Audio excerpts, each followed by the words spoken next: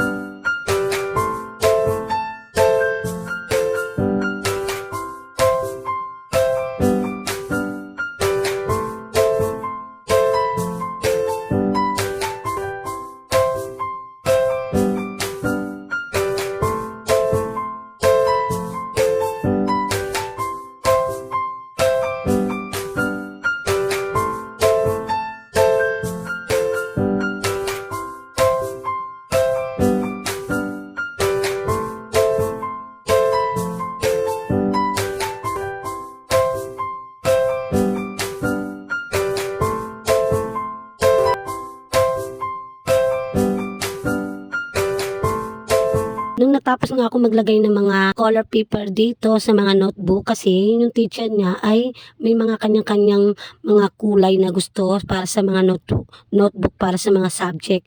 Ayan, 2 piraso naman notebook sa kinder ko, tapos 5 piraso notebook naman sa grade 1 ko.